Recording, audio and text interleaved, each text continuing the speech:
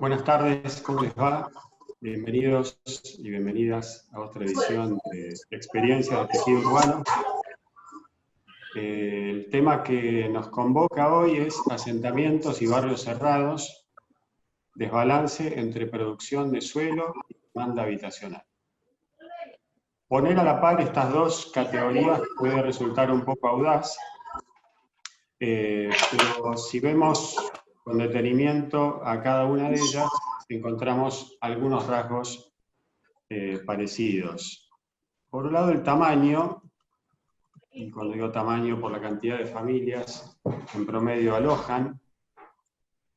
Luego, el número de uno y otro en la circunscripción que nos ocupa, en el AMBA. Luego, sus bordes están definidos, ¿no?, con o sin muros infranqueables. En ambos casos, la rotura de la trama que producen, sus muchas veces falta de aptitud hidráulica, que en caso de las urbanizaciones cerradas se resuelve con inversiones, y que en el otro con inundaciones y penurias que todos podemos imaginar. Carencia de servicios, al menos a la hora cero, habitualmente, que llegan con el tiempo y que mientras no sucede provoca daños ambientales que resulta difícil de estimar. Una sociología propia, en donde suele perderse la mixtura social y se refuerza de alguna manera la conciencia de clase. A veces uno y otro modelo de urbanización conviven sin otra separación que un gran muro, que recuerda algunas unidades carcelarias del Gran Buenos Aires. Pero en un extraño juego de espejos, donde los que están adentro de esos muros no tienen causas abiertas, y los que a modo de corales se pegan alrededor suyo, tienen un prontuario muchas veces complicado. Según la Agencia de Recaudación Provincial, de los 871 barrios cerrados provinciales, el 55% se concentran en 7 partidos pertenecientes al AMBA. Ahí estamos incluyendo Escobar, Pilar, Tigre, Presidente Perón, Luján, Ezeiza y Esteban Echeverría. Los primeros 3 abarcan el 45%. Pero a pesar de sus contrastes, uno y otro se precisan. Pileteros, plomeros, jardineros, personal doméstico, deliveries de todo tipo, más reforzados por la pandemia. Cádiz, en muchos casos, residen extramuros, pero franquean sus puertas, las puertas de las urbanizaciones cerradas, por razones laborales y a fuerza de trato logran construir vínculos durables. La pregunta de fondo que creo que debemos formularnos, al menos en este tipo de espacios, es si estamos ante una respuesta virtuosa o anómala, o patológica, podríamos decir, de producción de hábitat. Parecería que esta no es la forma de hacer ciudad. Parecería que esta es una forma contundente de repetir y transmitir una desigualdad de manera indefinida. ¿Cuáles son los motivos de fondo que soportan este modelo? ¿Cuáles son las creencias, las sensaciones, las emociones que lo sustentan? Y nosotros creemos que la respuesta es múltiple, pero que en la raíz de todas ellas aparece la incapacidad de ampliar la oferta de suelo urbano. Su natural encarecimiento por el mero desbalance entre oferta y demanda, y quizá el más insidioso de todos, la transformación del suelo en una mercancía o valor de cambio, en lugar de valor de uso. En nuestro país agravada por la debilidad manifiesta de nuestra moneda, esto no decimos nada nuevo, y por las restricciones de acceso a otras monedas fuertes y confiables, lo que nos lleva a invertir a todos, de uno y otro lado del muro, en suelo y ladrillos, cualquier excedente con tal de no caer en las garras de la inflación. recurso que es un poco más esquivo para los que menos tienen. Estas son las grandes coordenadas de hoy. Para profundizar todos estos temas, tenemos un invitado de lujo, Alfredo Garay, una persona con larguísima trayectoria pública, académica y profesional. Alfredo fue presidente de la Corporación Antiguo Puerto Madero, fue miembro del directorio de Procrear, fue miembro del directorio también de la Corporación Antiguo Puerto Madero, subsecretario de Urbanismo y Vivienda de la provincia de Buenos Aires, fue consejero superior de la Universidad Nacional General Sarmiento, consejero académico de esa misma universidad, en el Instituto del Conurbano, asesor del Consejo Nacional de Investigaciones Científicas, CONICET, secretario de Planeamiento de la Municipalidad de la Ciudad de Buenos Aires, y en el momento clave, del 89 al 93, vicepresidente y miembro del directorio de la Corporación Antiguo Puerto Madero también. Coordinador del Plan Trienal de Gobierno de la Provincia de Buenos Aires, consejero académico del Claustro de Graduados del Estado, y subsecretario de Obras Públicas de la Municipalidad de Florencio Varela y subsecretario de Obras Públicas de la Municipalidad de Moreno. Hola Freddy, espero que me escuches. Bienvenido a Experiencias de Tejido Urbano. ¿Qué tal, Pablo? Muchas gracias por la invitación. Pido disculpas por el currículum, digamos, demasiado extendido. Viviste intensamente, ya te lo dije. Bueno, mira, elegiste una disciplina, Freddy, que te obliga a estar en el futuro y a trazar desde allí un puente con el presente. Sos argentino, por otro lado, tenés la dicha y la desdicha probablemente de serlo, y tuviste la oportunidad de trabajar en muchos países de nuestra región. También trabajaste fuera de la región. Y la pregunta que me hago para empezar esta charla es si se puede planificar en la Argentina, un país tan impredecible, que defaultea la deuda periódicamente, donde es altamente probable que los anuncios duren poco, que parezcan como trascendidos, pero que no terminen de agarrar cuerpo, donde por eso el riesgo país vuela, o que los acuerdos se frustren por razones de fuerza mayor. ¿Es posible planificar en la Argentina? Vos sos un planificador nato, digamos, te dedicaste a eso. ¿Cómo abordás desde tu profesión este dato de que sos y vivís y trabajás en la Argentina?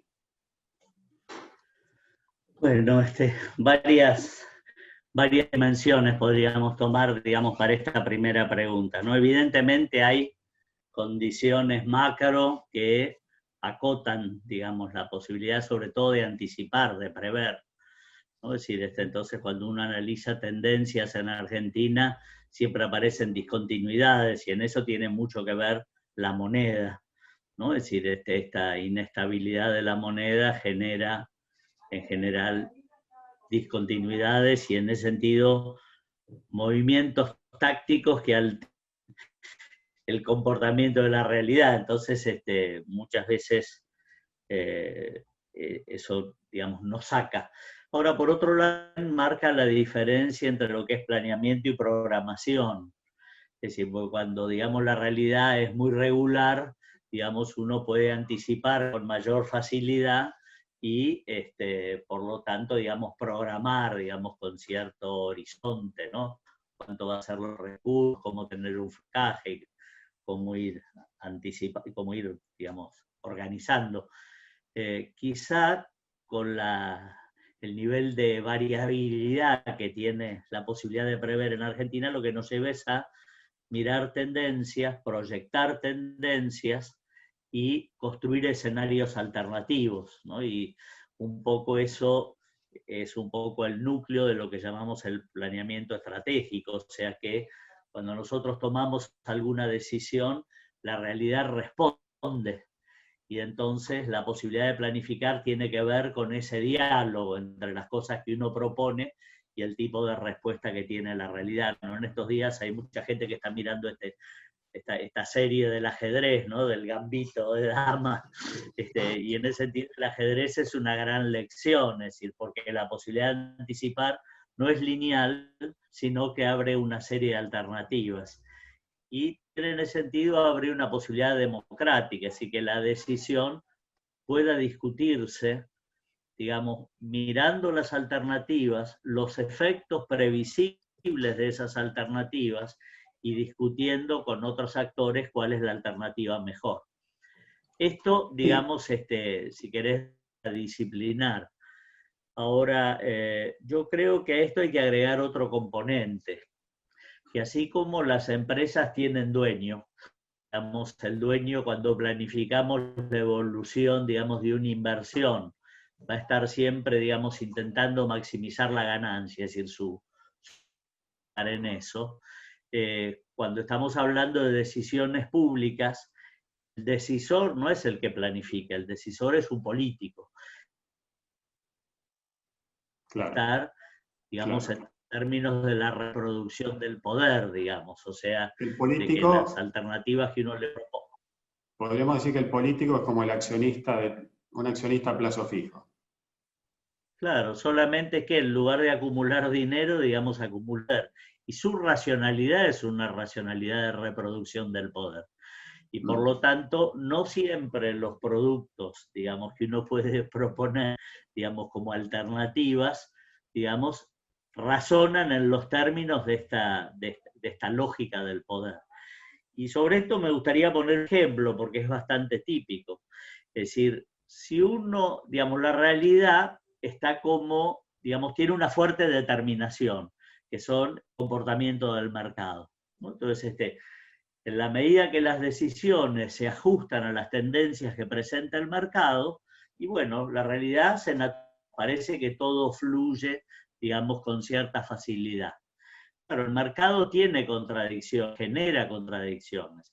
Y cada vez que uno quiere corregir estas contradicciones, que es un poco la disputa de la política, es decir, esa voluntad de conducir el comportamiento del mercado como condición para hacerse cargo, digamos, de los efectos no deseados del mercado, bueno, lo que aparece es que la realidad se te pone en contra. Es decir, la lógica dominante es una lógica que no responde a lo que vos quisieras hacer. Digamos, es como empezar a remar contra la corriente y eso supone conflictualidad. Es decir, actores que se ven perjudicados, y en ese punto, digamos, bueno, aparece un conflicto.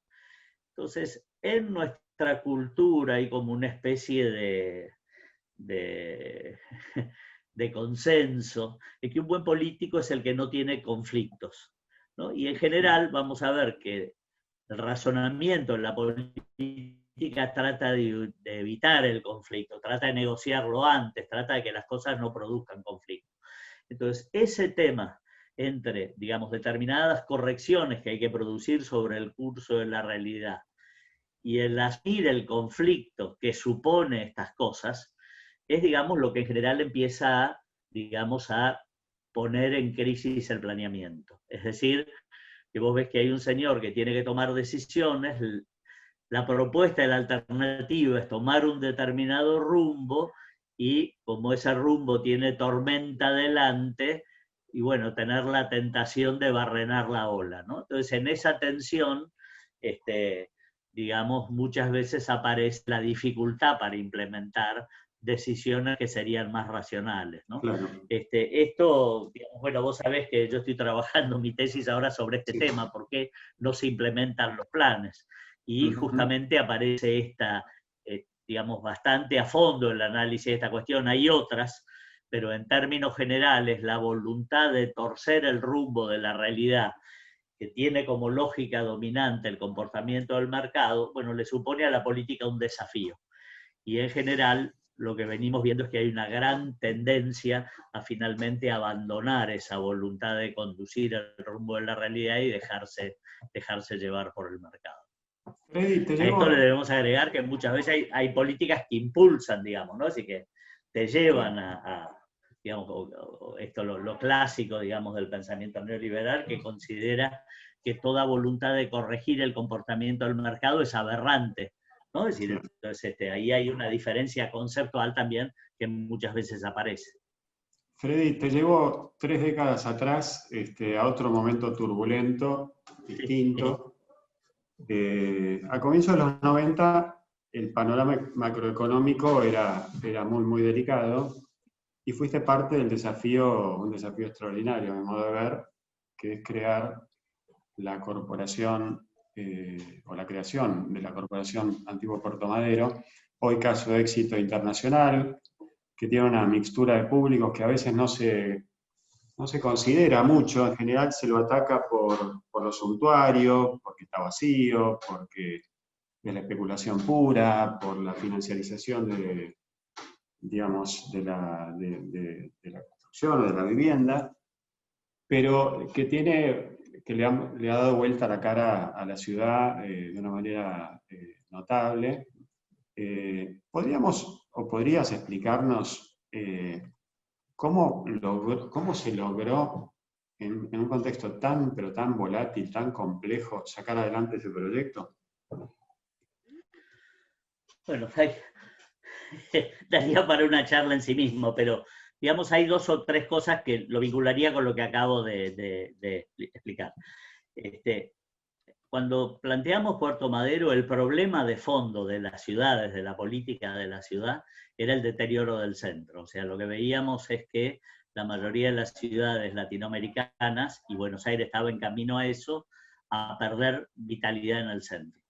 Y que por lo tanto, digamos, lo que aparezcan sean nuevas centralidades y en los centros históricos, digamos, aparezcan serios procesos de pérdida de valor.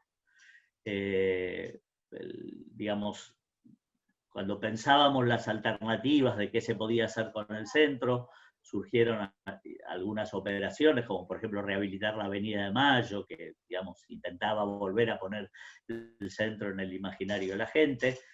Intentamos también cambiar el código del centro, es decir, y se pusieron las APH para preservar el patrimonio y aparecía toda esta discusión. Pero, digamos, también apareció este tema que estaba trabado, que era...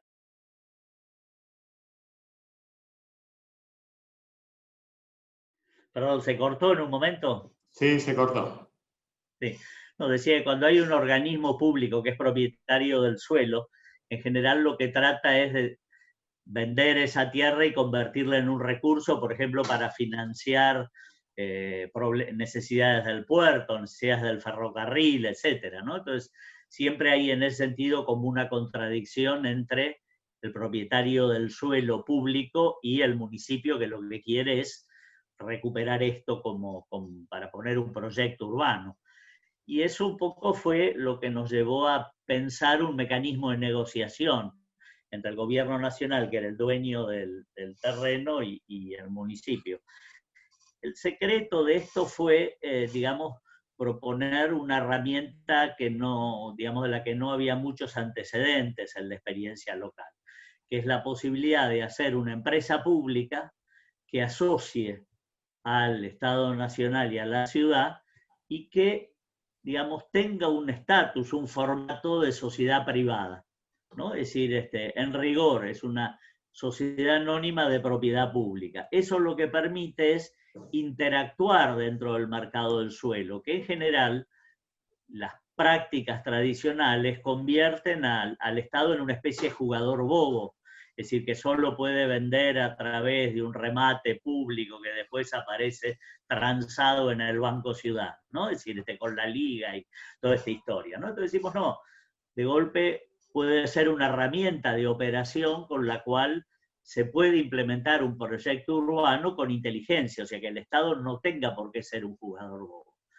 Y eso fue un poco lo que se planteó. Yo diría que también tenía otro secreto, y esto para poner la relación entre la racionalidad de la política y la racionalidad técnica.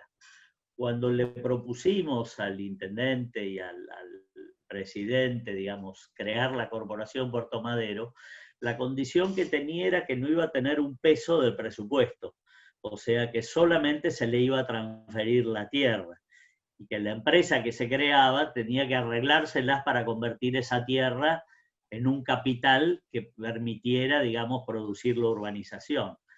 Razonémoslo en términos de un político. Si yo le hubiera dicho que hacía falta gastar una parte del presupuesto en esto, me hubiera dicho, no, yo necesito ese presupuesto para los hospitales, para el transporte, para hacer vivienda social, ¿no? Pero, digamos, no suponía un costo y no suponía dejar de hacer otras cosas. Y en ese sentido, la lógica de un político, digamos, podía hacer esta reflexión. Es decir, si este proyecto sale mal, digamos, va a ser un anuncio más que no se verifica, que eso para los políticos es pan de todos los días.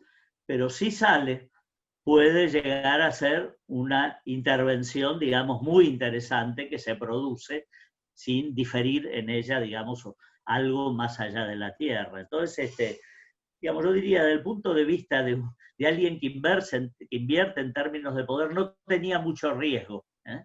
Y desde el punto de vista de la posibilidad de realización, bueno, tenía muchos efectos, sobre todo económicos. Como vos decías, era un momento, una tremenda crisis, y yo recuerdo que cuando fuimos con el intendente a la oficina de Menem a proponerle el proyecto, le abrimos las ventanas y le dijimos, bueno, presidente, usted ve por el balcón, bueno, ve que ahora se ve una cosa muy deteriorada. Dentro de unos años acaba de haber grúas construyendo, ¿no? Y en ese momento el tema central era generar empleo. Hay que decir que esto era bastante los momentos previos, ¿no? Si todavía no era Cavallo el ministro de Economía, incluso el perfil, digamos, del gobierno todavía daba para aceptar la creación de una empresa pública en el momento que lo que se empezaba a hacer era privatizar. Claro, parecía contracorriente. Freddy, a mediados de corro de tema, o mejor dicho, antes de salirnos de Puerto Madero, ¿existe algún nuevo Puerto Madero en la ciudad? O alguna, voy a corregir la pregunta, o alguna inversión de cierta escala que vos veas que por acá va la energía próxima? Digo, puede ser Isla de Marchi, puede ser el trabajo sobre Costanera. ¿Por dónde estás viendo esa energía que hoy ya tiende a apagarse, porque ya no hay más suelo en Puerto Madero? ¿Para dónde se proyecta? Mira, si miramos cómo fue la evolución desde el 90 para acá de la producción de bienes raíces en la ciudad, lo que vimos fue un gigantesco proceso de concentración, que es independiente de Puerto Madero, pero de alguna manera es contemporáneo. O sea, nosotros vimos que los desarrolladores, o sea, empresas que antiguamente eran financieras, digamos, mesas de dinero, pasaron a hegemonizar el negocio inmobiliario. Y las empresas constructoras, que antes eran, digamos, las que encaraban estas cosas, pasaron a ser como subcontratistas de estos grandes desarrolladores inmobiliarios. Es decir, entonces, claro, lo que ha habido es un cambio de la escala y de la organización, digamos, de la producción de estas intervenciones. Y en general requieren, para garantizar su rentabilidad, inversiones de gran escala. Es decir, si las inversiones normales en la ciudad son un edificio entre 1.000 y 3.000 metros cuadrados, decimos que un grupo bastante acotado de empresas constructoras hacían unas torres de unos 10.000 metros cuadrados. Bueno, en ese momento empezaron a aparecer desarrolladores que hacían inversiones de 50.000, 100.000 metros cuadrados, es decir, una masa de inversión que normalmente los inversores tradicionales no tenían. Esto lo que llevó es a los lotes grandes. Y un poco el secreto de Puerto Madero en su momento, en el momento que se inició, fue que loteó lotes chicos. Es decir, que se dirigió a unos inversores relativamente chiquitos. Y el trabajo era convencerlos que muchos chiquitos inviertan a la vez sobre un mismo sector de ciudad. En el caso, por ejemplo, del AU3, digamos, que vos me contabas en estos días, creo que la operación fue parecida, aunque el tamaño de los inversores ya cambió. Y esto ya había pasado en Puerto Madero con algunos de los directorios que hubo en determinado momento. En lugar de vender lotes, empezaron a vender manzanas o racimos de torres. Y ahí fue donde en general perdieron. ¿Por qué? Porque vendieron los racimos de torres baratos, después el que subdividió, digamos, fue el que se llevó ahí la porción del león, ¿no? Ahora, hoy en día lo que ha habido es una gran venta, digamos, en subastas públicas, muchas veces sin proyecto, de lotes grandes. Por lo tanto, digamos, lo que empezamos a ver es a estos grandes jugadores sentados arriba de grandes parcelas. Y que lo que observamos, como fue un poco la experiencia con IRSA, que muchas veces se sientan arriba de estas grandes parcelas y no hacen nada, no hacen nada. Es decir, así es que estamos viendo que la ciudad deportiva de Boca, hay más de 20 años que tiene un proyecto que no se realiza. Vemos que Tanó tiene un proyecto, digamos, que nunca se realizó. Y como esto, vemos, digamos, que en general, sobre todo en las últimas subastas, han tenido proyectos que no se realizan. Quizá hay alguna excepción en la zona del puerto, al lado de Comodoro Pi, donde vemos que hay emprendimientos que se realizan. Yo creo que hoy la oportunidad es otra.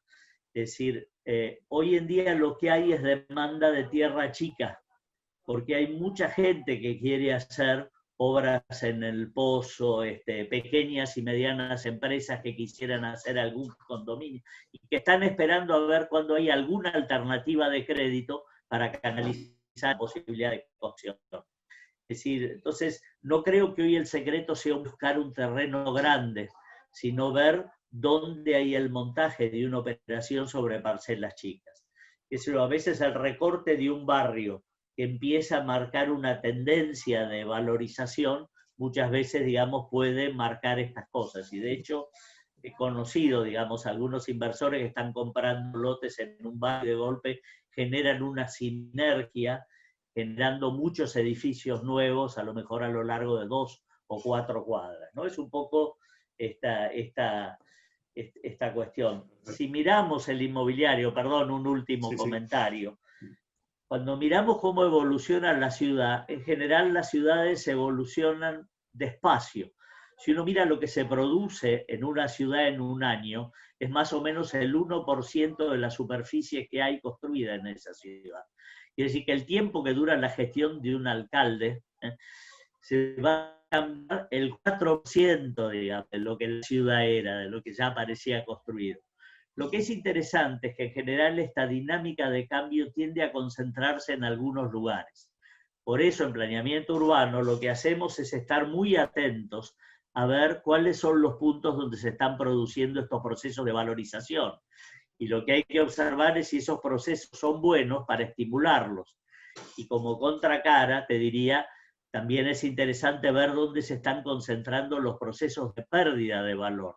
Y en ese sentido ver de qué manera una política puede revertir, digamos, esa tendencia. Lo más desafiante, que es un poco lo que pasó en Puerto Madero, es en qué lugares podés iniciar una tendencia de valoración.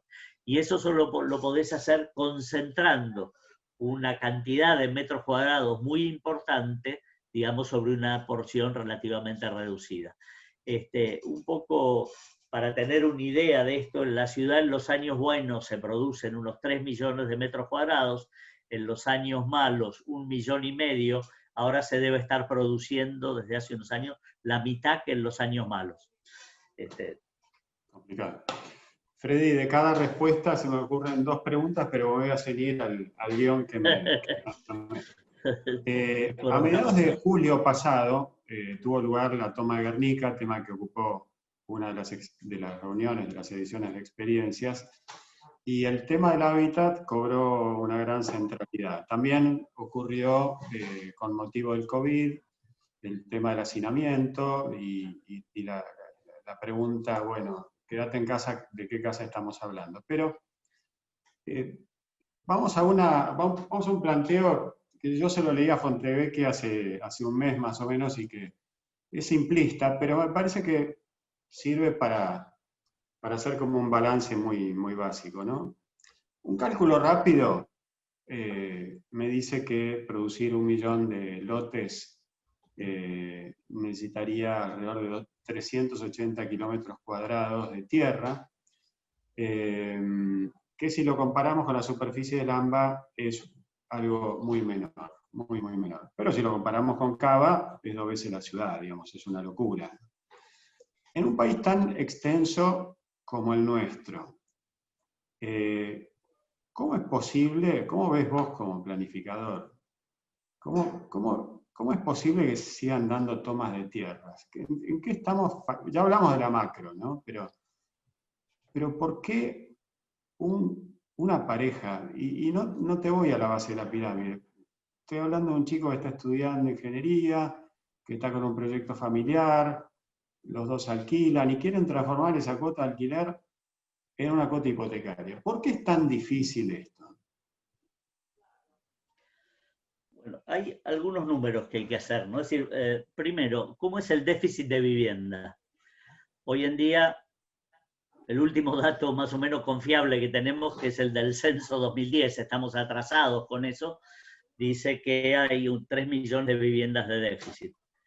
Sin embargo, cuando empezamos a analizar ese déficit, por lo que se considera una vivienda deficitaria, que esas categorías de casa A o casa tipo B, o casas rancho, digamos, ¿no? Y por otro lado, esto de cómo se considera el hacinamiento, en realidad hay 1 millón de casos que lo que requieren es una vivienda nueva, y hay 2 millones de casos que lo que tienen es una vivienda no terminada, una vivienda que está en construcción, o una vivienda que está en un barrio que carece de infraestructuras. Y para el censo esas condiciones son deficitarias. Lo mismo podemos decir que cuando hay más de 3 habitantes por cuarto, ¿no? Es decir, que es un parámetro de densidad, pero también cuando hay más de una familia por vivienda. Entonces uno podría decir que cuando hay más de una familia por vivienda hace falta una casa nueva, pero cuando hay más de 3 habitantes por cuarto lo que hay que hacer es agrandar la casa existente.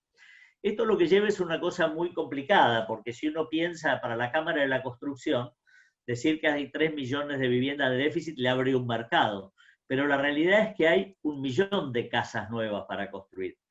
Y por otro lado, hay 2 millones de casas que requieren una intervención sobre la casa o sobre el barrio, que eso es un tipo de trabajo que en general a las empresas constructoras no les interesa.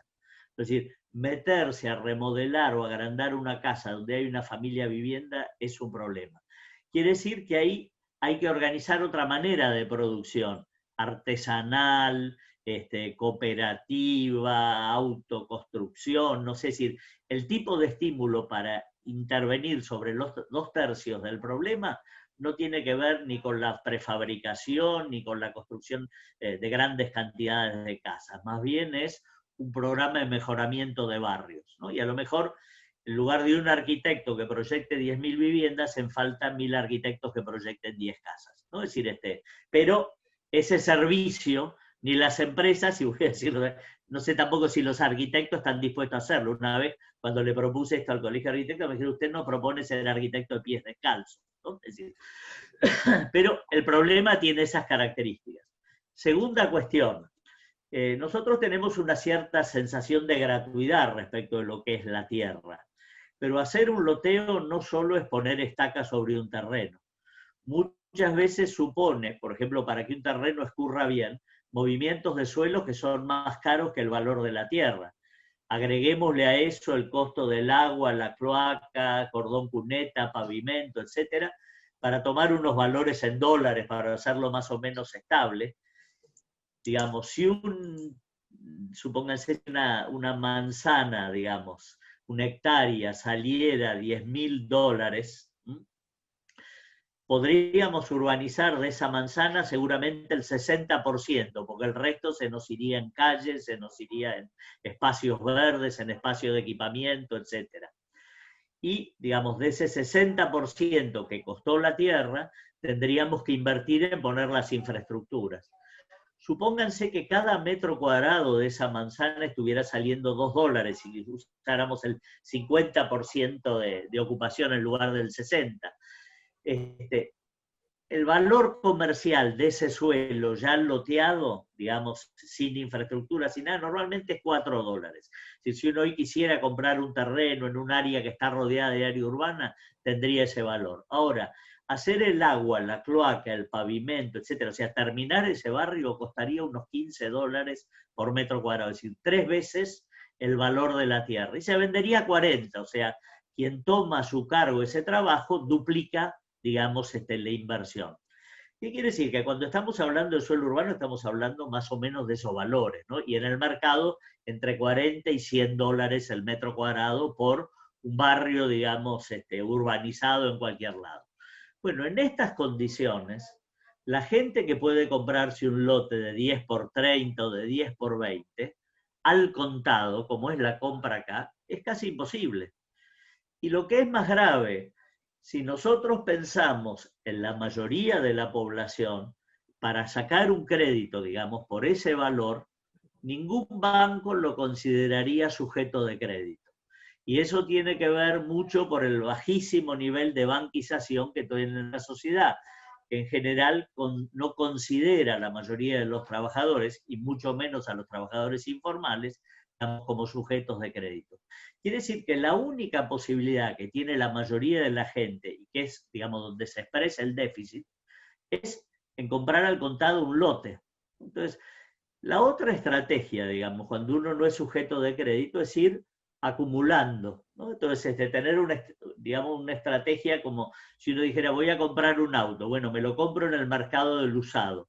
Me gustaría este auto, pero no puedo comprarme ese auto. Entonces me compro un Fiat 1500 que todavía anda circulando en Florencio Varela y que me lo venden a un valor que yo tengo. Bueno, después voy a ir vendiendo eso y lo voy a ir comprando con otro y voy a ir mejorando. O sea, esa estrategia de acumulación es un poco la estrategia de la autoconstrucción. Es decir, comprar un lote subestándar, es decir, un lote que nunca fue urbanizado, empezar a comprar materiales y levantar un primer cuarto y, por un lado, como autoconstrucción y por otro lado, como organización vecinal en su relación con el municipio, ir teniendo un proyecto de mejoramiento, digamos, de las condiciones habitacionales. ¿Cuál es el problema? Que al tipo que entra en esa estrategia va a vivir 20, 40 años, digamos, toda la vida de la familia en una obra de construcción. Y esa es la realidad del 60% de nuestra población. No ser sujeto de crédito, esto tiene mucho que ver con los bajos salarios en general, con la caída del salario, con la informalidad del salario, y por lo tanto, digamos, tener como alternativa mayoritaria la autoconstrucción. Es decir, claro, la autoconstrucción necesita suelo. En determinado momento también el suelo se vuelve un bien inaccesible. En la provincia de Buenos Aires más, porque para poder lotear hay que haber construido todas las infraestructuras. Quiere decir que la misma normativa me obliga a ofrecer un lote costoso. Entonces, como no hay ninguna posibilidad de acceder a un lote costoso, a la gente no le queda otra alternativa que salirse de las reglas de juego. Yo por eso, frente a estos casos como Guernica o como lo que está pasando muchas veces y desde hace años en los municipios, el secreto es organizar la cola, es la organización social de la demanda, y para que la gente acepte, digamos, entrar en un procedimiento, anotar en una lista, tiene que haber una producción de suelo que vaya dando respuesta, que uno sabe, en la lista puedo esperar un año, pero no puedo esperar 5, ¿no? Entonces, todos estos mecanismos de cómo organizar la cola, de cómo se organiza socialmente la demanda, es lo que finalmente nunca se está terminando de organizar. Y por otro lado, digamos, cuando el tema no entra en agenda, o sea, cuando no pasa a tener peso político, por eso decimos la reproducción del poder, es decir, cuando la gente lo naturaliza y no parece ser un problema, entra a retroceder en la agenda de prioridades, ¿no? Quizá por eso es legítimo que cada tanto la gente irrumpa sobre la realidad, produzca un hecho crítico, y ese hecho crítico hace crecer el problema en la agenda de prioridades. Y por arte de magia, digamos, aparece la necesidad política de afectar recursos y darles respuesta al tema. Entonces, en esta lógica estamos, y es una lógica legítima, digamos, cuando uno mira cómo razona cada uno de los actores que está en esta conflictualidad, ¿no? Es decir, evidentemente hay que cambiar cosas en los mecanismos crediticios, hay que revisar la normativa, por ejemplo, que te obliga a tener toda la infraestructura construida antes de vender el primer lote, lo que tiene un costo financiero enorme entre que vendés el primer lote y el último, ¿no? Es decir, con lotes que los tenés urbanizados y no sucede. Pero también nos plantea algunas preguntas respecto a la densidad, digamos, es decir, a cuánto cuesta la urbanización y cuántas familias prorratean el costo de un lote. Es decir, en la ciudad de Buenos Aires durante mucho tiempo existieron los PH, donde vivían 4 familias en una vivienda bastante adecuada, o aparecieron, qué sé yo, otras formas, otros productos que permitían densificar el tejido y entonces tener una manera de producción de suelo un poco más eficiente. Yo creo que hoy es un desafío importante. Me preocupa a veces cuando se anuncia que se va a extender un mar de lotes, digamos, enormes, aunque como vos decís en tus comentarios, hoy en día más o menos lo que haría falta es el 4% de la superficie que ya está urbanizada en el Gran Buenos Aires.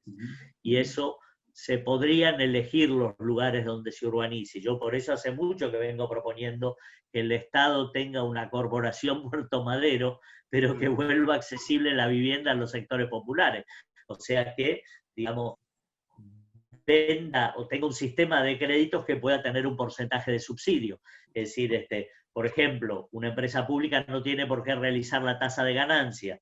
Una empresa pública puede dar créditos que no necesariamente tengan interés, mientras mantengan estable el valor de la moneda, y con esto podríamos seguir, digamos, agregando ingredientes.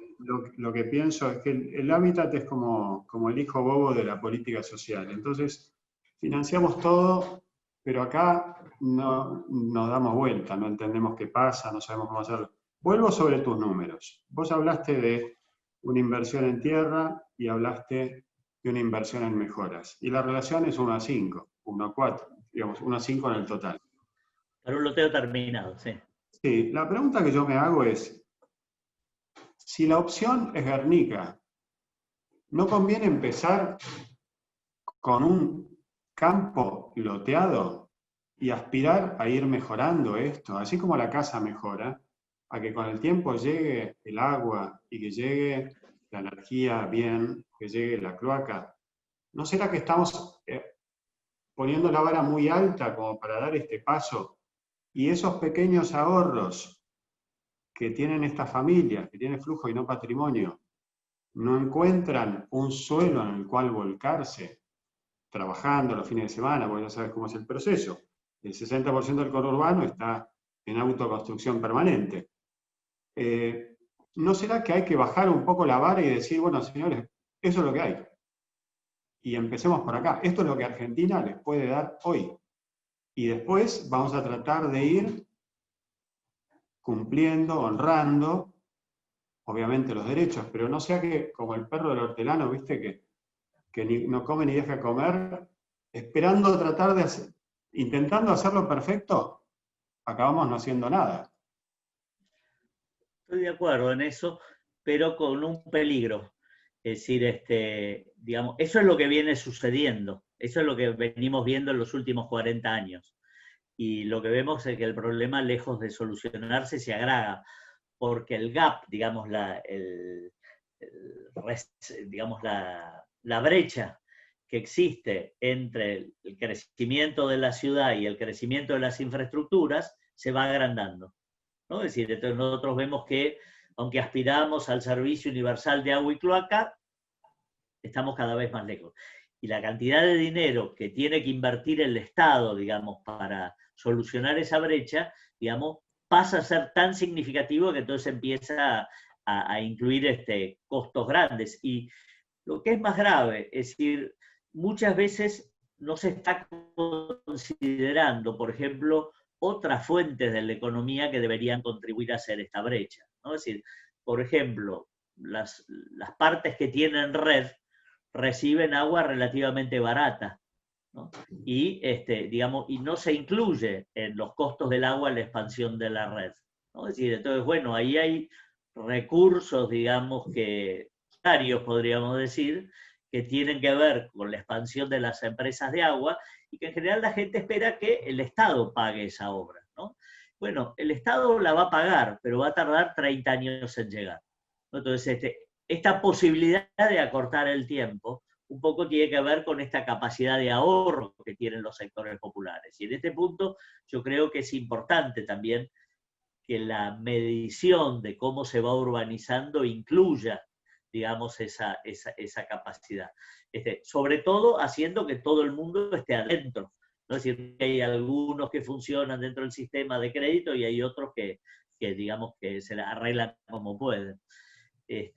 Ahora, creo ahí que hay una economía que hay que estudiar, digamos, por lo menos que ha sido bastante estudiada y tiene que ver con el estudio de la renta del suelo, pero digamos que no está siendo aplicada en la medida de los conocimientos que hay, ¿no? Es decir, yo creo que en este momento hay bastantes iniciativas con el tema del suelo. Piensen que durante muchos años había culturalmente como la decisión de que el Estado no compra suelo. Así que, por ejemplo, las políticas de vivienda se hacen sobre tierras públicas o tierras que tienen los municipios, etc. Con lo cual, digamos, se estaba eliminando una variable, en el fondo poco importante en el costo de la construcción, que es el costo del suelo bruto, digamos. Y después de cómo se hacían las infraestructuras o las obras de nexo, que para llegar hasta el lugar donde había ese suelo vacante a veces se convertían muchísimo más costosas que otras cosas, ¿no? Entonces, qué sé yo, ahora escucho que la política de vivienda, digamos, que se está pensando implementar, supone el desarrollo de proyectos de urbanización pública, que, digamos, y yo espero en esto le pido a los responsables, ¿no?, que consideren que no siempre tiene que ser sobre suelo vacante del Estado, sino que muchas veces puede ser, por ejemplo, adquiriendo parcelas dentro del tejido y produciendo, digamos, un mejoramiento del barrio, o incluso a veces demoliendo casitas individuales y haciendo 4 unidades en el mismo lote, que eso, si uno lo compara con el costo de hacer toda la infraestructura de un barrio, y esto supone cambios importantes, ¿no? Ya Moreno tiene mucha experiencia en esto, ¿no? El municipio de Moreno, o sea que en lugar de hacer un barrio que tiene tendencia a convertirse en un gueto, lo que se va haciendo es mechando casitas de un poquito más de densidad dentro de un tejido que tiene muchos terrenos baldíos. Perfecto. Doy fe de la preocupación de este gobierno por el tema suelo. Vos sos consultor de esa mesa intersectorial o asesor, fuiste convocado. Tejido Urbano aplicó para eso y forma parte de las organizaciones civiles que opinarán con respecto a la región metropolitana de Buenos Aires. Ahora tuvo con la salida de Bielsa como una especie de hipo, pero bueno, esperemos que vuelva a la superficie este tema. Esto tiene que decir, perdón, el tema RENAVAP es de alguna manera continuidad, digamos, de gestión de distintos gobiernos, creo que también, digamos, se encamina en esta dirección, ¿no? Es decir, de atacar el núcleo de los problemas de tenencia, a veces expropiando, a veces regularizando, y, digamos, focalizando sobre ese programa una construcción de infraestructuras en el corto plazo, ¿no? Es decir, esas dos líneas, digamos, que de alguna manera me parece hacen a la experiencia del Estado, a la experiencia en los errores sucesivos del Estado a través de las políticas FONAVI, etcétera, bueno, que ahora parece como otro abordaje, ¿no? Un punto, digamos, nuestra ciudad, nuestra geografía tiene una regularidad topográfica, digamos, extraordinaria, y uno tendería, cuando hace estas reglas de 3 simple, un poco en línea con el artículo que te decía de Fontevecchia, de que es cuestión de extender indefinidamente la retícula urbana, y así como nuestros antepasados siguieron la línea de ferrocarril y nosotros seguimos la línea de las autopistas, bueno, ir encontrando nuevas lógicas para ir cubriendo el suelo con manzanas, ¿no? Si vos ves la bibliografía, si vos ves lo que se piensa hoy, se piensa en términos muy distintos, ¿no? Se habla de ciudades compactas, porque de alguna forma el que vive al final del periurbano, vamos a creer que es un ciudadano y no lo es, porque está muy lejos de todos los bienes públicos y todos los bienes que ofrece la ciudad. ¿Cómo es este balance, digamos? Y la pregunta sería si la provincia de Buenos Aires tiene un modelo mental de crecimiento en materia habitacional, ¿O es un vamos viendo y administrando intereses y urgencias, etcétera? ¿Cómo lo ves ahí?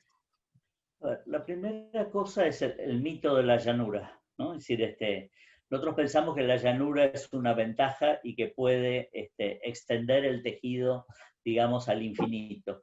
Y es una primera premisa falsa. Es decir, en realidad un buen terreno para urbanizar es un terreno que tiene entre el 10 y el 15% de pendiente.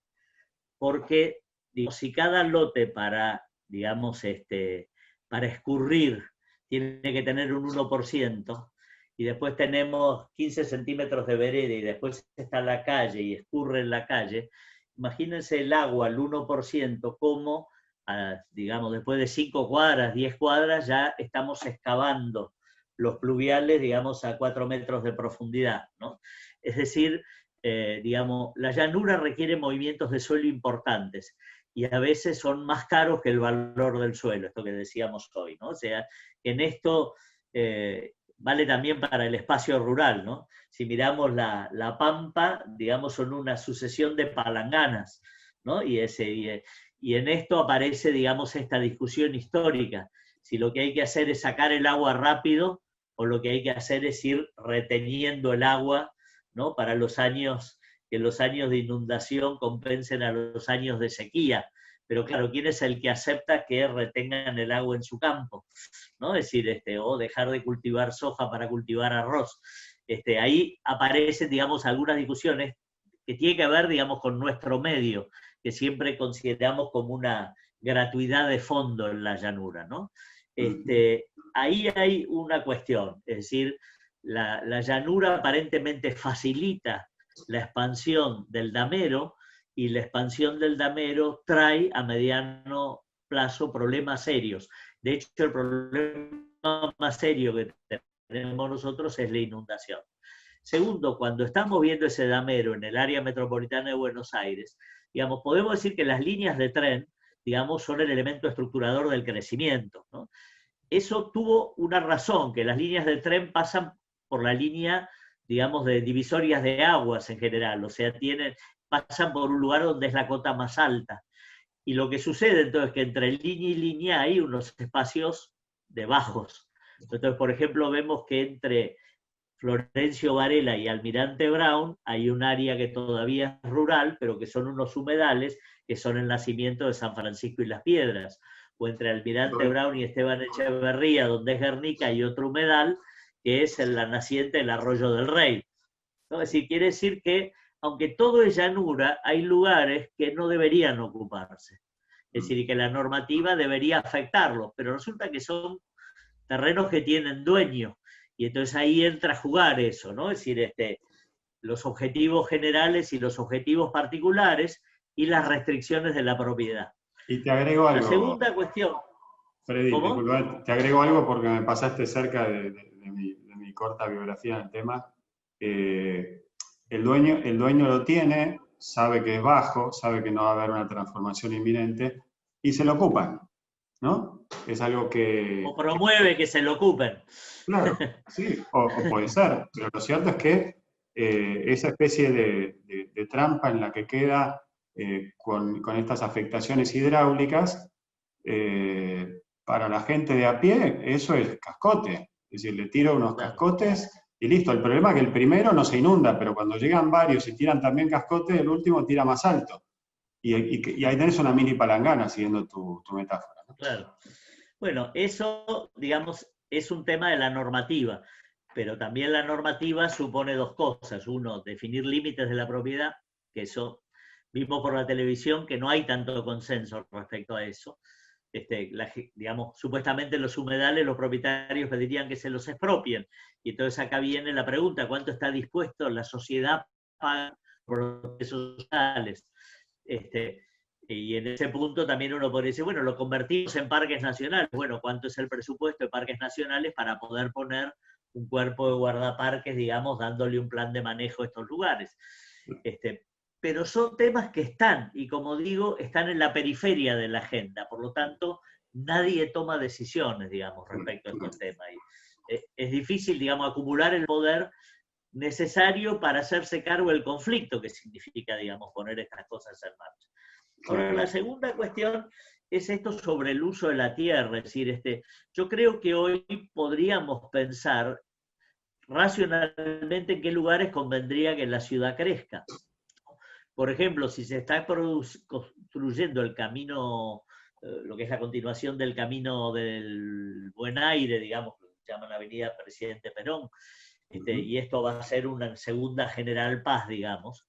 Bueno, uno podría decir que los puntos donde se encuentra el ferrocarril y esta nueva vialidad son unos puntos importantes para urbanizar, ¿no? Y que sería bueno que en estos lugares haya un crecimiento programado, ¿no? Y que el Estado pudiera desarrollar unos proyectos urbanos que mezclen sectores sociales, mezclen tipologías, mezclen operatorias, y haya como unos núcleos urbanos a una distancia relativamente razonable, son 40 kilómetros, digamos, del centro de la ciudad, pero con una capacidad de distribución.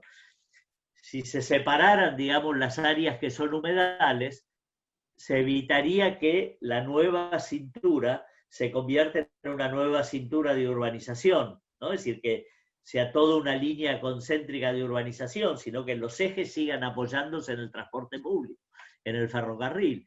Y, digamos, con esa dimensión que vos decís, el 1, 2, 3, 4% de la superficie que tiene la ciudad, permite delimitar dónde se podría concentrar, digamos, la producción de suelo, con un criterio, digamos, de eficiencia. Lo que está pasando es que del otro lado, la producción de barrios cerrados y clubes de campo está considerando una cantidad de suelo por habitante impresionante. Para tener unas 300, 400.000 personas, que son las que se han mudado a estas nuevas urbanizaciones, se ha urbanizado una superficie igual a toda la capital federal. Es decir, o sea que si el área metropolitana debería crecer entre el 1 y el 2% por año, es decir, porque tiene un 10% de incremento de población cada 10 años, bueno, lo que se está urbanizando hoy es más o menos entre alrededor del 10% de la superficie que tiene. Y esto porque hay una apetencia, digamos, de producir emprendimientos, digamos, que es absolutamente sobredimensionado respecto al tamaño del mercado. Claro. En línea con esto venimos conversando, estuve viendo un estudio del CIPUB, ¿no? de la DITELA, que dice que entre 2001 y 2010 la tasa de crecimiento territorial de los 31 aglomerados urbanos de la Argentina fue del 3,5% anual, triplicando la tasa de crecimiento poblacional, que fue del 1,2%. Incluso algunos centros urbanos presentaron una tasa de crecimiento territorial aún más elevada, como Catamarca y Jujuy, arriba del 6%.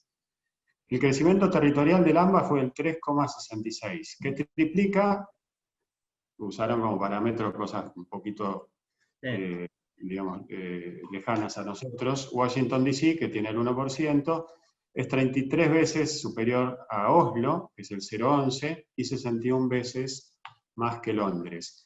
Y obviamente cierra diciendo que vamos como a contramano y que históricamente la vivienda social se localizó en la periferia de la periferia, a lo que se suma la urbanización informal y el desarrollo de asentamientos junto a la tendencia a las urbanizaciones cerradas, localizadas también en la periferia. ¿Cómo ves estos comentarios? Sí, está claro que es un gigantesco despifarro, ¿no? Un ejemplo de obesidad, digamos, urbana. Y digamos, y lo que de alguna manera expresa es que el fenómeno de los clubes de campo y los barrios cerrados no solamente es un fenómeno, digamos, del Gran Buenos Aires o de la provincia de Buenos Aires, sino que hoy en día vemos que casi todas las ciudades intermedias, incluso ciudades pequeñas, hoy crecen a través de barrios cerrados o de clubes de campo. Es decir, ciudades que uno no se explica por qué. Yo no entiendo, digamos, por qué Junín, digamos, necesita tener un montón de countries o barrios cerrados alrededor. Es decir, digamos, todos los problemas de que uno dice, la locura de la ciudad me lleva a buscar los árboles, son argumentos que no verifican, y evidentemente hay patrones de comportamiento que tienen que ver con imaginarios sociales, aspiracionales, etcétera, que están incidiendo fuertemente en esto. Uno mira Tucumán y, digamos, todo el crecimiento de Mate del Luna hacia el cerro es todo digamos, con este formato, ¿no? Y, digamos, en una de las ciudades que presenta los índices de pobreza más alarmantes digamos, del país, ¿no? Es Y decir, el problema es entonces, que los servicios que prestaban los clubes, ¿no? Probablemente son como reemplazados por una cantidad de amenities que tienen los mismos barrios cerrados. y hoy, la vez pasada me vinieron a ver del Náutico San Isidro, que estaban viendo, digamos, un problema que tienen porque hay pocos jóvenes. ¿Y por qué hay pocos jóvenes? Pues se fueron a vivir a los country y ya no necesitan club. Entonces, claro, hay una nueva generación que ya tiene una utilización del club con otro formato. Y lo que decimos del club también lo podríamos decir respecto al parque, ¿no? Es decir, el otro día discutía con los alumnos de la maestría en Córdoba que estuvimos analizando 60 ciudades de menos de 5.000 habitantes, o sea, lo que son las localidades pequeñas. Y estos fenómenos aparecían. Y claro, una de las cosas era el tamaño de los lotes. Es decir, al crecer, ¿cuánto tiene que tener un lote? Y bueno, tiene que tener por lo menos 300 metros. ¿Por qué? Y porque en última instancia aparece la pileta, ¿no? Y entonces, claro, el tema de tener el jardín propio y que el jardín propio tenga algún día la posibilidad de la pileta, pone en crisis muchas cosas. Es decir, digamos, desde el costo de la pileta, el costo del agua, el tratamiento del agua, la red de potabilización que va a dar. Es decir, y entonces, claro, y a la vez esta opción social entre tener la pileta en la casa o ir a un club donde a la vez de bañarse en una pileta de dimensiones más razonables se socializa. Lo mismo podríamos decir entre tener el jardín o el parque. Uno podría tener un jardín más chiquito, digamos, podría tener un patio, una terraza donde hacer un asado y tener, pero, digamos, un parque cerca, ¿no? Y, digamos, hoy en día, por ejemplo, en la mayoría de los municipios del Gran Buenos Aires hay casas con jardín, pero no hay parques. Y si hay parques, nadie los cuida. ¿Por qué? Y porque en el fondo no hay esa necesidad, digamos, de estos espacios verdes como hay en las áreas de densa. ¿No? Entonces ahí, digamos, todas estas cuestiones tienen cuestiones culturales, cuestiones de patrones de comportamiento de la sociedad. Pero en el fondo esos patrones de comportamiento definen el deseo, definen los productos, orientan la economía y conducen el proceso de urbanización. Y, digamos, es más fácil corregir los objetos físicos, digamos, la morfología de la ciudad, que corregir los patrones de comportamiento. Freddy, ¿vos ves un trabajo integrado, nación, provincia, municipios, en todo lo que venimos conversando? Mira, es una construcción. Es decir, un poco por mi trabajo en este momento, ese es el centro de mi preocupación, ¿no? Es decir, y la pregunta es cómo establecer un ida y vuelta en ese sentido. Es decir, porque obviamente los intendentes son quienes mejor conocen cuáles son las necesidades de una población, pero por otro lado también, digamos, sus expectativas tienen que ver con una cultura, digamos, con una experiencia de cómo se comporta el Estado provincial y el Estado nacional, y cómo se definen las prioridades. Ahora, por otro lado, también las políticas que define un Estado provincial o un Estado nacional formatean las demandas de las intendencias. Entonces hay ahí como un diálogo, digamos. Para mí el problema es cómo establecer un menú lo más abierto posible de líneas de trabajo y que cada municipio pueda aplicar dentro de ese menú a el tipo de acciones que puede ir encarando, ¿no? Es decir, esto un poco hoy digamos, es, digamos, el tema de trabajo, ¿no? Acá estoy ligando una cosita. Freddy, te vuelvo a la ciudad un momento, volvemos del conurbano a la ciudad, o volvemos de lo rural a la ciudad.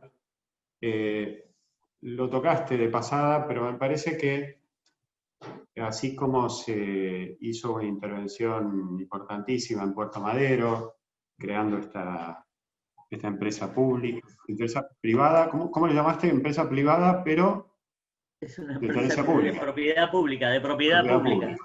Perfecto. Hay un caso que yo celebro, que me lo destacó especialmente Fernando Álvarez de Celis, que es lo que se hizo con la ex AU3. ahí, digamos, los instrumentos no fueron tan importantes como esto, porque esto era tierra que de alguna forma había expropiado el Estado municipal para un proyecto frustrado y que fue demolido en parte lo que había y en otra parte fue usurpado y fue toda una historia que nos acompañó prácticamente hasta el 2009, donde a través de una nueva ley lograron encauzar esto, dar solución a esas 500 familias que estaban ahí ocupando y a otras alrededor de 2000 que se crearon nuevas. Y todo lo hizo el mercado. ¿Cómo viste vos ese caso? Bueno, no lo hizo el mercado, ¿no? La empresa que adjudicó la tierra o que vendió la tierra era una empresa, no era una empresa, era el municipio, era el gobierno de la ciudad. Yo creo que si hubieran hecho una empresa hubieran vendido mejor y hubieran controlado más el proyecto. Hubieran tenido la oportunidad de lotear más chicos. Lo cierto es que, digamos, a pesar del mecanismo de venta, que era esa subasta, digamos, a través del Banco Ciudad, que siempre, digamos, deja observaciones, el proyecto se hizo rápido y solucionó esa herida, digamos, que hacía mucho tiempo, digamos, era un tema conflictivo en la ciudad. Y yo creo que ese tipo de emprendimientos, o sea, de proyectos urbanos, son emprendimientos valiosos, siempre que correspondan como una política urbana.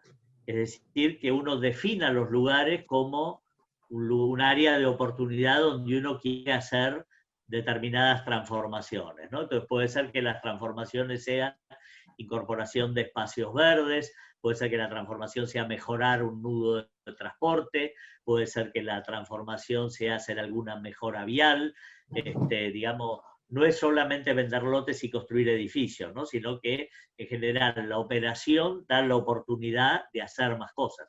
Voy a poner un ejemplo, los barrios Procrear, los cuales, digamos, en ese formato, digamos, que se parecen un poco a conjuntos de vivienda social, yo tengo muchas observaciones, a pesar de haber estado en el directorio en el momento en que se contrataron y que llevó una discusión interna, pero bueno, proponen un programa complejo, ¿no? Es decir, que hay edificios, que hay plantas bajas comerciales, que hay algunos equipamientos y que hay unos espacios verdes que podrían ser más interesantes. Creo en ese sentido que, por ejemplo, cuando el Estado le transfirió a ANSES una serie de playas ferroviarias en desuso, donde desarrollar proyectos urbanos con una empresa de formato parecido a Puerto Madero, estaba abriendo una oportunidad que hace muchos años que se viene desperdiciando, porque se hicieron los concursos dieron buenos proyectos, o sea, donde más del 60% de la superficie son áreas verdes que permiten reestructurar, digamos, tejidos urbanos que hoy en día están dañados, digamos, por estas áreas que no se usan, digamos. Lo mismo podría decir, por ejemplo, un poco para mí una de las experiencias más dolorosas que he tenido, que es el Warnes, ¿no? Es decir, a mí me tocó mudar el Warnes, demoler el edificio, bueno, eso, el compromiso con lo que pasó digamos, con el barrio, más o menos trato de seguirlo vigente. Pero lo que pasó con los terrenos que recuperó el sector propietario, digamos, de esos terrenos, y lo que fue la normativa y lo que eso terminó haciendo un triste supermercado que ni siquiera funciona como supermercado y un parque sin gracia y que en el medio hay la amenaza de que van a ser unas torres solitarias, digamos, da un ejemplo de lo que es mal urbanismo, digamos, ¿no? Es decir, que el mismo proyecto se podría haber resuelto, digamos, con otra configuración urbana, con otro diseño y funcionar. Y me parece que eso un poco es lo que hoy haría falta, es decir, encontrar hay varios lugares de la ciudad donde merecería producir operaciones de recualificación del tejido. Sé que esto me lleva necesariamente a un tema y que seguramente va a ser la pregunta que sigue, que qué opino de Costa Salguero, ¿no? Que está el tema en el candelero y digamos, me parece que digamos que no tengo por qué evitar, digamos, el comentario. Si seguimos el terreno ese de Costa Salguero, históricamente era un terreno de la administración de puertos. Cuando empezamos Puerto Madero, esto era de la administración de puertos, y justamente tuvimos ahí una tensión. ¿Por qué? El gobierno de la ciudad había concesionado en tiempos de Suárez Lastra varios de los terrenos de la costanera, Coconor, Costa Salguero, etcétera, ¿no? Que estaba un poco en la línea de privatización que se había iniciado, digamos, durante el gobierno de Alfonsín. La administración de puertos consideraba que ese terreno no era de la ciudad. Y en ese momento, el ser propietario de esos terrenos, como eran en el Estado Nacional, no los obligaba a cumplir el código.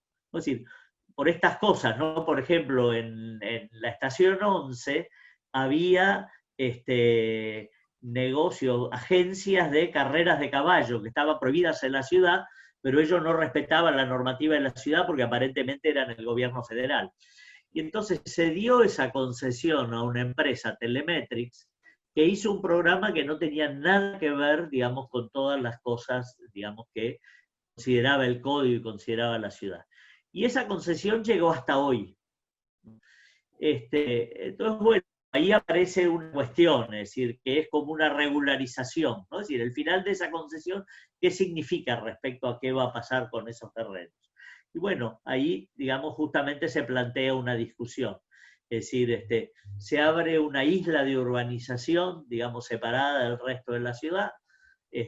¿Cómo se discute el programa de eso? ¿No? Es decir, bueno, digamos, siguiendo los caminos normales, la discusión se dio en la legislatura y la legislatura tomó una definición. Esa definición dio origen a un concurso. Yo personalmente le cuestioné a la sociedad central y sobre todo a la facultad que participen de ese concurso, tiene ese grado de legitimidad, y digamos lo que aparece ahora es que el avance de esto respecto de la venta definitiva de estos terrenos, yo no sé si es a los mismos concesionarios o a otros, bueno, abre una profunda discusión social y una fuerte movilización social de gente que cuestiona ese tramo de la costa tenga ese tipo de proyecto. Y digamos, yo creo que cualquier lugar de la ciudad no es un lugar apto para hacer digamos, un proyecto urbano de torres, edificación, etc. Parece que hay distintos lugares en la ciudad que tienen proyectos distintos y funciones distintas.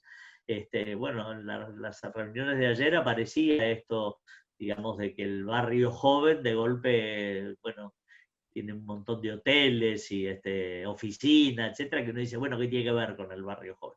Pero me parece que es el debate y que el debate está en el ámbito que tiene que suceder.